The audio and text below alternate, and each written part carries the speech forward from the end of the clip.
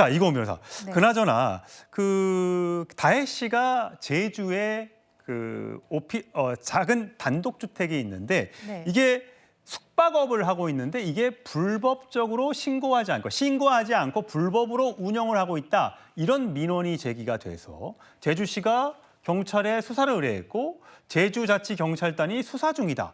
이건 어떤 내용입니까? 네, 그렇습니다. 아직 불법적으로 영업을 했는지까지는 밝혀지지 않았고 현재 수사 중이다라는 부분은 경찰도 명확히 했는데요.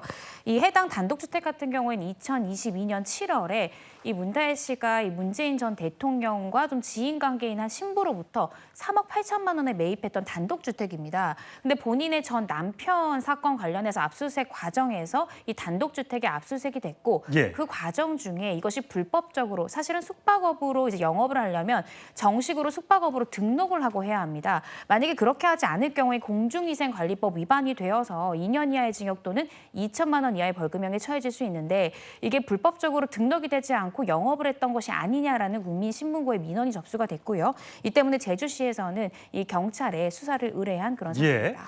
전주지검 형사 3부가 압수수색을 할 당시에 다혜 씨의 서울 소재 집과 그다음에 사무실, 제주도에 있는 단독주택을 압수수색하면서 여기 이제 압수수색 영장에 피의자 문재인 이렇게 적시가 되어 있는 겁니다. 과연 이 단독주택을 살 때 들어갔던 3억여 원의 돈은 어디서 났으며 그다음에 어쨌든 공유 숙박업을 하기 위해선 신고를 해야 되는데 제대로 신고하고 그 돈을 또 소득으로 신고하고 이런 절차들이 있었는지 경찰이 들여다보겠다.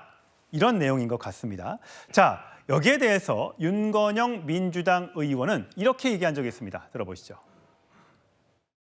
문다혜 씨가 대통령 퇴임 이후에 먹고 살 국리를 하자라고 해서 공유 숙박업을 하기 위해서 오래된 지인으로부터 그 집을 구입하게 되는 겁니다. 에어비앤비에 등록은 돼 있죠. 그런데 농촌형 민박 숙박업으로는 등록돼 있지 않은 걸로 알고 있어요. 에어비앤비 단층 별장이라고 보기에는 눈을 씻고 그 별장으로 볼 수가 없는 건데요. 그걸 별장.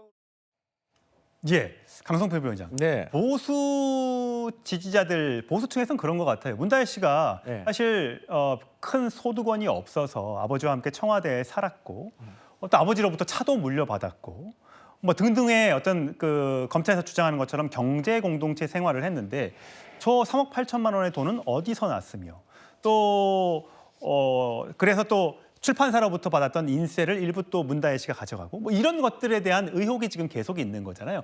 어떨 거라고 보세요? 일단 그 문재인 대통령 저서 출판과 관련해 가지고는 어쨌든 문다혜 씨가 관련해서 일을 했기 때문에 그에 따른 책정은 어떤 서로 간의 사적인 일이라고 생각을 합니다.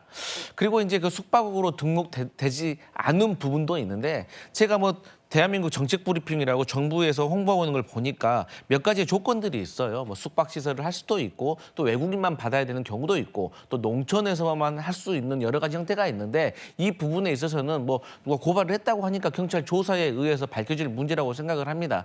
그런데 제가 조금 걱정되는 건 뭐냐면 과거에 조국 수사 일가의 수사처럼 이게 뭔가 특혜 채용 사이에 특혜 채용 그 의혹에서 뭔가 계속해서 환치기로 갔다가 이제 공유 숙박업으로 갔다가 계속 우리가 소위 쉽게 말하는 별건으로 번지는 것은 아닌가. 물론 죄가 있다고 생각하고 또 의혹이 있다면 밝혀서 또 그에 따른 책임도 져야 되는데 이러한 부분도 국민들이 봤을 때는 별건 수사에 대한 우려도 있다는 점을 좀 주지할 필요도 있어 보입니다. 예.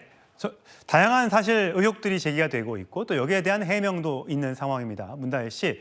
어쨌든 남편의 특혜 채용 의혹과 또 음주운전 조사 그리고 제주에 있는 단독주택의 불법 공유 숙박업 의혹까지 세 가지 사실 의혹을 받고 있는데 이 부분이 어떻게 전개가 될지 계속해서 지켜보도록 하겠습니다.